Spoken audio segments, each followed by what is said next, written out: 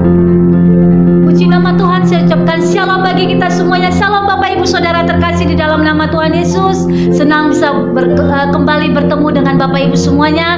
Dan saya berharap semua kita dalam keadaan sehat dan penuh sukacita yang daripada Tuhan. Amin. Baik Bapak Ibu, sebelum kita mendengarkan firman Tuhan yang disampaikan oleh hambanya Bapak Pendeta Dr. Andi Patriadi Wiarjokusumo, mari Bapak Ibu kita angkat satu pujian bagi Tuhan. Kita mau tinggikan nama Tuhan, kita mau agungkan Dia. Amin. Mari kita angkat pujian ini bersama-sama.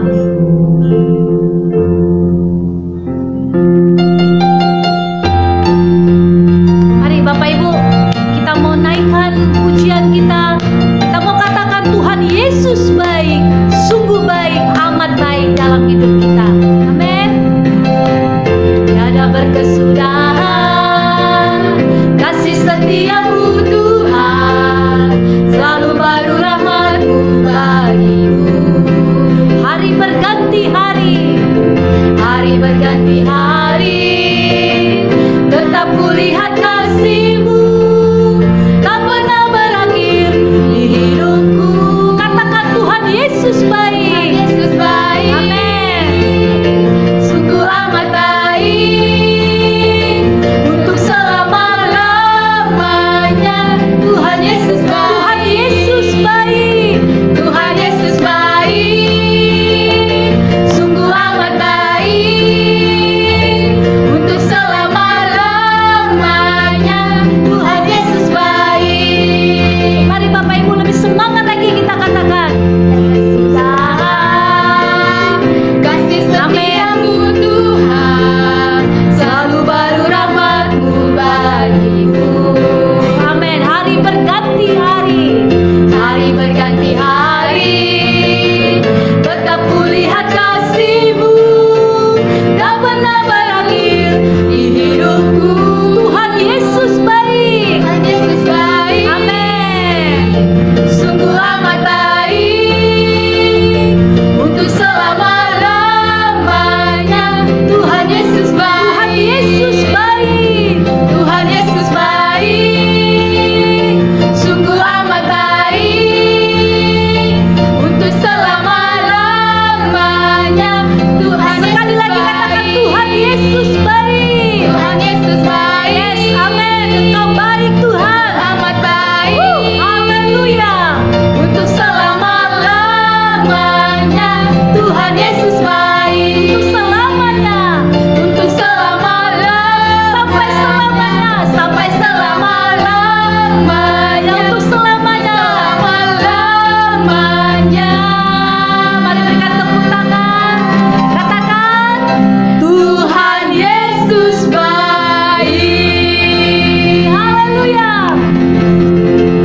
Salam Bapak Ibu saudara kasih dalam nama Tuhan Yesus. Semangat pagi, selamat pagi. Saya berdoa dan berharap saudara semuanya dalam keadaan sehat walafiat, tidak kurang suatu apapun. Saya ingin menyambut setiap saudara baik yang ada di Ufuk Barat, Ufuk Timur, dari Sabang sampai Merauke yang ada di Indonesia. Demikian juga saudara-saudara yang ada di luar negeri, Salung Malaysia, Singapura, Timor Leste, Taiwan, dan benua Nun jauh di seberang sana, Amerika. God bless you abundantly. Haleluya. Demikian juga saya ingin menyambut saudara-saudara yang baru saja bergabung bersama dengan kami. We would like to welcome you to the channel of Khotbah Pendeta. But don't forget, jangan lupa untuk mensubscribe video ini atau saluran ini. Dan jangan lupa pula untuk menyalakan lonceng notifikasi supaya Anda menjadi orang yang pertama untuk mendapatkan hal-hal yang terbaru dari saluran ini. Tentunya kaitannya dengan menu rohani. Haleluya. Baik saudara kekasih dalam nama Tuhan Yesus. Adapun renungan kita pada malam hari ini saya ambil dari Yesaya pasal 30 ayat 15. Di sana dikatakan demikian, sebab beginilah firman Tuhan Allah yang Maha Kudus, Allah Israel, dengan bertobat dan tinggal diam kamu akan diselamatkan. Dalam tinggal tenang dan percaya terletak kekuatanmu. Ayat tersebut menjelaskan kalau kita tenang ada kekuatan. Pertanyaannya, bagaimana kita bisa hidup tenang? Saudara, sebenarnya jawabannya sangat sederhana. Mazmur 62 berbicara seperti ini. Hanya dekat Allah saja aku tenang. Jadi ternyata ketenangan itu melahirkan kekuatan. Ketenangan dimulai dengan keintiman bersama dengan Tuhan. Mari kita menggunakan waktu kita saat ini untuk melekat dengan Tuhan. Mengapa? Karena Tuhan akan memberikan ketenangan, dan di dalam ketenangan ada kekuatan yang baru buat setiap saudara, saya, dan kita semua. Mari kita mendalami firman-Nya bersama-sama. Melalui firman-Nya kita memohon agar Tuhan memberikan ketenangan atas roh dan jiwa kita. Amin saudara. Amin saudara. Haleluya. Mari kita berdoa. Kembali kami mengucap syukur Tuhan tak henti-hentinya karena Engkau baik. Pagi hari ini Tuhan masih memberikan napas kehidupan bagi kami, kesehatan yang prima, tuntunan, penyertaan, kekuatan, bahkan pengurapan yang Tuhan curahkan bagi kami. Terima kasih ya Allah. Jika pagi hari ini Tuhan masih boleh memperkenankan kami untuk kami boleh dengar-dengaran dengan firman Tuhan, dan biarlah kuat kuasa firman kembali meneguhkan, menguatkan kehidupan iman percaya kami kepada Tuhan. Terima kasih Bapa. Setiap kuasa-kuasa kegelapan yang coba untuk mengganggu jalannya ibadah ini, kami patahkan, hancurkan di dalam nama Tuhan Yesus. Biarlah Tuhan yang beracara melalui hamba-Mu ini, berbicaralah kepada setiap umat-umat-Mu pagi hari ini Tuhan, sehingga kami dibuat mengerti akan kehendak dan tujuan Tuhan dalam kehidupan kami, pribadi lepas pribadi. Di dalam nama Tuhan Yesus kami telah berdoa dan mengucap syukur. Haleluya. Amin. Amin. Saudara kekasih, di dalam nama Tuhan Yesus, sungguh sangat luar biasa. Pagi hari ini saya masih bisa bertemu dengan saudara sekalian. Saudara, pagi ini saya akan membagikan firman Tuhan dengan topik hidup tanpa penyesalan. Saya percaya dalam hidup ini setiap kita pernah memiliki penyesalan-penyesalan di masa lampau. Perkataan-perkataan yang tidak seharusnya kita ucapkan. Perbuatan-perbuatan yang seharusnya tidak kita lakukan. Keputusan-keputusan yang seharusnya tidak kita buat. Siksaan batin bagi banyak orang adalah penyesalan-penyesalan masa lampau yang tidak bisa kembali dan tidak bisa diperbaiki. Kita juga mungkin punya kekhawatiran terhadap apa yang kita tabur di masa lampau. Tapi pagi ini saya ingin mengingatkan kepada setiap kita semua untuk jangan merasa terdakwa karena masa lampau. Keputusan yang kita lakukan hari ini tentunya akan menentukan masa depan kita nanti. Saudara kekasih di dalam nama Tuhan Yesus, kita tidak bisa mengubah di mana kita berdiri hari ini, tapi kita dapat menentukan kemana kita mau pergi. Kita tidak bisa mengubah masa lampau kita, tapi kita bisa memutuskan ke arah mana kita akan membawa hidup kita hari ini. Oleh karenanya, jangan tinggal dalam kenangan masa lampau. Mengapa? Karena orang yang hidup di masa lampau tidak akan move on, yaitu bergerak maju. Kesalahan kita di masa lampau dapat kita jadikan bahan refleksi, renungan, dan menjadi pelajaran yang sangat berharga. Pertanyaannya sekarang, apa yang harus kita lakukan sekarang? Saudara yang barangkali masih merasa tertuduh ataupun masih jatuh bangun karena dosa di masa lampau, pagi hari ini saya katakan, mari mohon pengampunan dari Tuhan dan mengampuni diri sendiri. Jangan pernah berputus asa dan jangan menyerah pada diri saudara sendiri. Pegang perkataan Tuhan Yesus erat-erat. Jangan berbuat dosa lagi. Rasul Paulus juga berkata dalam Roma pasal 6 ayat 12. Di sana dikatakan demikian. Sebab itu hendaklah dosa jangan berkuasa lagi di dalam tubuhmu yang panah, supaya kamu jangan lagi menuruti keinginannya. Tentu pertanyaan berikutnya, bagaimana kita tidak tinggal lagi di dalam dosa? Kita harus menolak keinginan dosa dalam hidup kita ini. Dalam Yohanes pasal 5 ayat 14, Tuhan Yesus berkata, engkau telah sembuh, jangan berbuat dosa lagi, supaya padamu jangan terjadi yang lebih buruk. Tuhan Yesus berpesan di dalam banyak ayat untuk orang-orang yang Ia sembuhkan untuk tidak berbuat dosa lagi. Bahkan kepada perempuan yang kedapatan berbuat zina, Tuhan Yesus pun tidak menghakimi dia. Tapi Tuhan Yesus berpesan, pergilah dan jangan berbuat dosa lagi. Kita harus memohon ampun dari Tuhan dan mengampuni diri kita sendiri.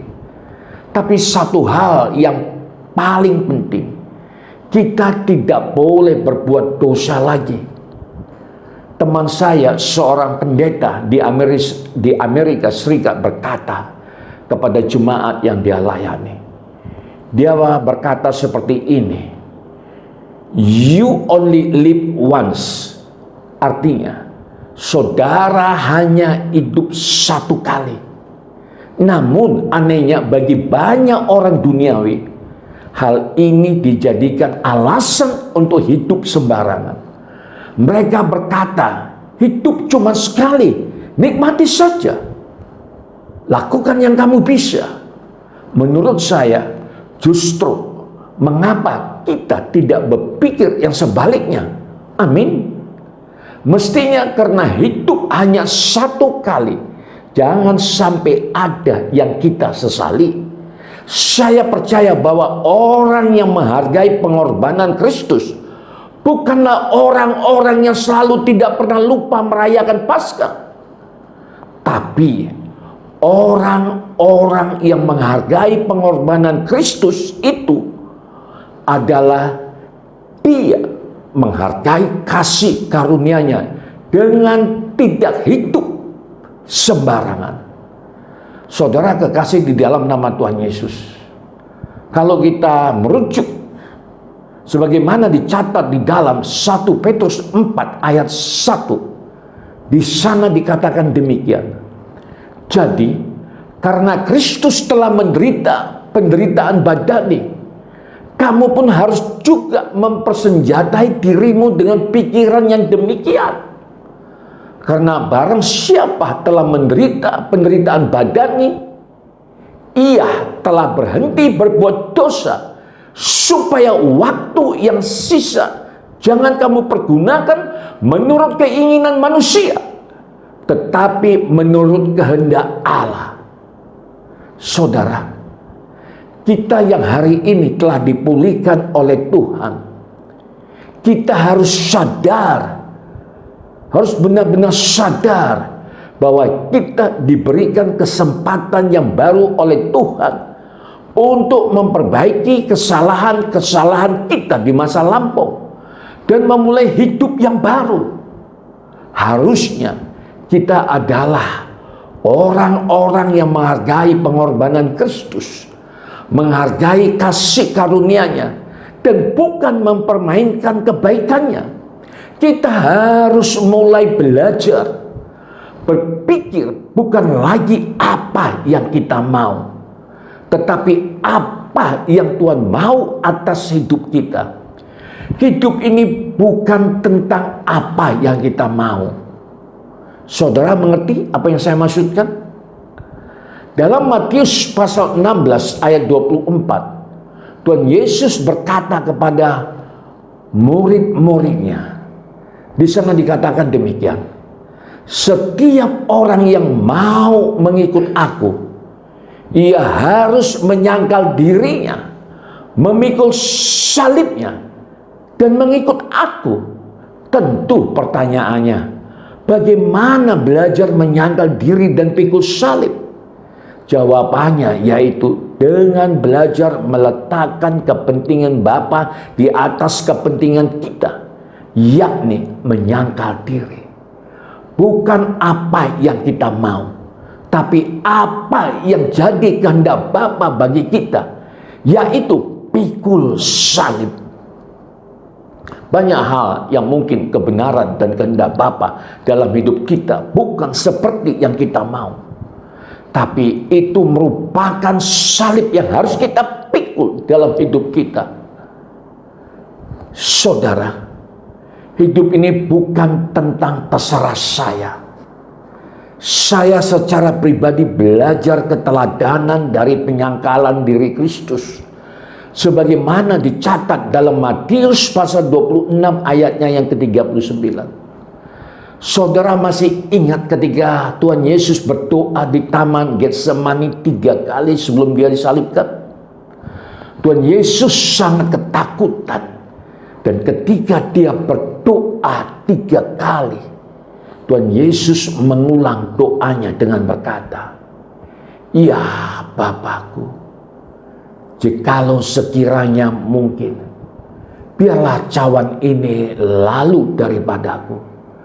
Tetapi janganlah seperti yang ku kehendaki, melainkan seperti yang engkau kehendaki." Saudara, dalam menjalani kehidupan ini, barangkali kita memiliki banyak pengharapan, keinginan, kerinduan, mimpi yang kita bawa dalam doa kita. Tetapi jangan lupa untuk mengakhiri setiap doa permohonan kita dengan kata-kata seperti ini. Biarlah bukan apa yang aku kehendaki, tetapi seperti yang engkau kehendaki. Jadi kita belajar meletakkan kehendak Bapa adalah yang terbaik bagi kita dan percaya bahwa rencana Tuhan adalah yang terbaik. Meskipun kadang-kadang kita tidak sadar bahwa apa yang kita minta belum tentu yang terbaik bagi kita. Saya dan Pastor Nopita, istri saya, belajar bahwa ketika kami ingin hidup dalam kehendak Tuhan, kami harus menyangkal daging kami, dan kami harus mulai mengambil keputusan untuk memikul salib, yaitu sebuah tanggung jawab untuk memulai sebuah pelayanan yang sama sekali tidak menguntungkan kami secara pribadi. Bahkan bertahun-tahun kami merintis pelayanan gereja dan ministry. Kami sangat kelelahan. Kami banyak menghabiskan waktu di luar rumah meninggalkan putra kami, Gabriel. Kami bahkan setiap bulan kami harus menanggung beban, karena harus menanggung biaya yang tidak sedikit untuk mendanai gereja dan ministry. Tapi kami menyerahkan semua kehendak Tuhan yang terjadi dalam kehidupan kami, yaitu bukan apa yang kami mau, tapi apa yang Dia mau. Bapak, Ibu, saudara kekasih di dalam nama Tuhan Yesus, mari belajar menyangkal diri. Ketika kita belajar menyangkal diri, bukannya kita tidak mampu, tetapi kita tidak mau ketika orang berbuat jahat kepada kita. Bukannya kita tidak mampu membalas, tapi kita tidak mau membalas. Jadi belajar menyangkal diri adalah belajar mengikuti kebenaran, bukan kata hati kita membalas orang yang jahat terhadap kita, melainkan kita membalasnya dengan kebaikan. Mengapa? Karena kita tahu, sebagaimana dicatat dalam Roma pasal 12 ayatnya yang ke-17. Di sana dikatakan demikian. Janganlah membalas kejahatan dengan kejahatan. Lakukanlah apa yang baik bagi semua orang. Saudara, bukannya kita tidak bisa membalas orang yang jahat terhadap kita, tapi karena kita tidak mau, kita memilih untuk mengampuni semua orang yang bersalah kepada kita. Karena demikianlah firman Tuhan berkata, dengan belajar menyangkal diri untuk hidup dalam kebenaran itu, saya akui memang tidak mudah, tidak gampang, tapi kita harus belajar untuk tunduk kepada kehendak Bapa. Kita bukannya tidak bisa berbuat dosa, tapi kita tidak mau jatuh dalam dosa.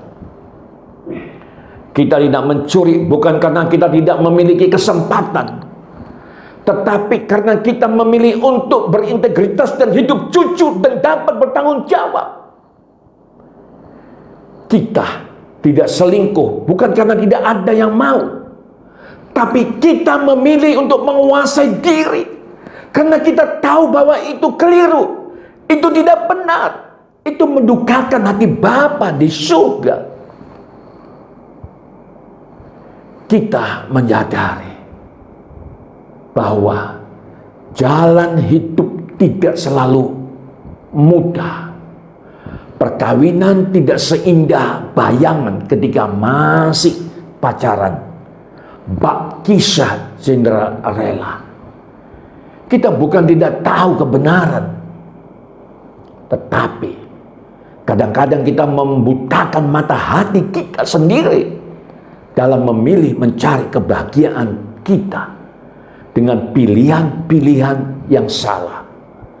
Kalau saja kita ingin hidup dalam kebenaran dan menyangkal daging kita, kita harus ingat bahwa Tuhan membenci perceraian, sebagaimana pernah saya sampaikan sebelumnya. Dalam Markus pasal 10 ayat 9, di sana dikatakan, karena itu, apa yang telah dipersatukan Allah tidak boleh diceraikan manusia. Maleakhi pasal 2 ayat 16. Di sana dikatakan demikian. Sebab aku membenci perceraian. Firman Tuhan, Allah Israel juga orang yang menutupi pakaiannya dengan kekerasan. Firman Tuhan semesta alam. Maka jagalah dirimu dan janganlah berkhianat. Saudara, ketika kita berbicara tentang perkawinan, tentu banyak sekali tantangan dalam perkawinan. Ketika suami tidak bisa menafkahi, ketika suami tidak bisa menghargai, tidak bisa memberikan rasa aman bagi keluarga, tidak jadi imam dan tidak jadi raja, pasti sebagai istri kita bertemu dengan orang lain di luar sana yang lebih baik, lebih perhatian, lebih mengerti. Saudara akan mudah tergoda.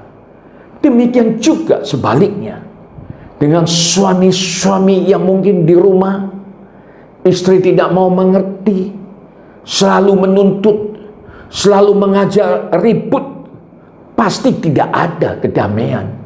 Tidak ada rasa nyaman. Dan ketika saudara berada di luar sana, saudara mungkin bertemu dengan orang-orang yang sangat menggoda hati saudara. Tapi dengar baik, kalau kita ingin menyangkal diri, belajar memikul salib, belajar menyangkal diri kita demi hidup dalam kebenaran, kita harus ingat baik bahwa Tuhan membenci perceraian. Firman Tuhan berkata, jagalah dirimu dan janganlah berkhianat. Dalam 1 Petrus pasal 4 ayat 3, di sana dikatakan demikian, sebab telah cukup banyak waktu kamu pergunakan untuk melakukan kehendak orang-orang yang tidak mengenal Allah. Kamu telah hidup dalam rupa-rupa hawa nafsu, keinginan, kemabukan, pesta pora, perjamuan, minum, dan penyembahan berhala yang terlarang. Saudara, ketika kita bertemu dengan teman-teman lama, ketika kita duduk dengan teman-teman yang mungkin tidak seiman, teman-teman lama yang mungkin belum hidup dalam kebenaran, mereka yang masih hidup dalam rupa-rupa hawa nafsu, keinginan, kemabukan, firman Tuhan berpesan, jangan lagi hidup menurut keinginan orang-orang yang tidak mengenal Allah. Jangan lagi menginginkan kehidupan yang lama. Ada orang-orang yang menjadi lelah untuk hidup dalam kebenaran, karena merasa ikut Tuhan banyak aturan. Tapi dengar baik, sebenarnya Kristus telah memerdekakan kita dari cara-cara hidup kita yang lama. Justru orang-orang yang masih hidup dalam hawa nafsu, mereka diperbudak, bukannya merdeka. Saudara, saya dan kita semua telah dimerdekakan. Amin. Amin, saudara. Haleluya. Saudara kekasih dalam nama Tuhan Yesus, biarlah apa yang boleh kita dengar pada pagi hari ini, kembali firman Tuhan itu akan meneguhkan dan menguatkan kita semuanya. Amin, saudara. Amin, saudara. Mari kita akhiri pertemuan kita yang indah pada pagi hari ini. Dan saya berdoa, apa yang boleh kita dengar pagi hari ini, itu akan memberkati kita semuanya. Haleluya. Mari kita satukan hati kita. Tak henti-hentinya kami mengucap syukur atas pengajaran-pengajaran, atas firman-Mu yang telah Engkau berikan kepada kami, ya Tuhan. Engkau mengajar kami kembali untuk terus berserah diri, untuk tidak hidup pada masa lampau. Kami mengucap syukur karena kami punya Allah yang luar biasa, yang senantiasa mendidik, mengajar, menggembalakan kami hari lepas hari. Terima kasih Bapa, karena Engkau baik, ya Allah. Secara khusus hamba-Mu berdoa, biarlah Tuhan, sepanjang hari ini kami akan melakukan rangkaian kegiatan, aktivitas, bahkan pekerjaan Tuhan. Kami berdoa, Tuhanlah yang membuat berhasil, berlipat ganda, dan biarlah apa yang akan kami kerjakan itu boleh menjadi dupa yang harum, yang boleh menyenangkan hati Tuhan, di dalam nama Tuhan Yesus. Terima kasih Bapa. Kami menyerahkan seluruh kehidupan kami dalam tangan kuat kuasa Tuhan, di dalam nama Tuhan Yesus. Di dalam nama Tuhan Yesus kami telah berdoa dan mengucap syukur. Mari saudara kekasih, di dalam nama Tuhan Yesus, arahkan hatimu ke surga. Terimalah berkat, anugerah, sukacita, damai sejahtera dari Allah Bapa di surga, cinta kasih Yesus Tuhan yang sempurna, dan persekutuan dengan Roh Kudus yang manis. Itulah yang menyertai kita dari sekarang hingga Maranatha, bahkan sampai selama-lamanya. Tuhan Yesus datang kedua kali menjemput kita di awan-awan permai. Kita yang percaya dan telah diberkati, bersama-sama kita katakan amin. Amin, saudara. Kembali pagi hari ini saya mengucapkan thank you so much for joining us.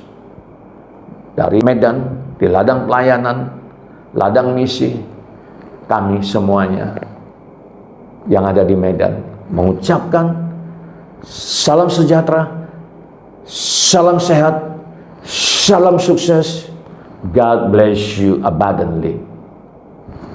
Shalom.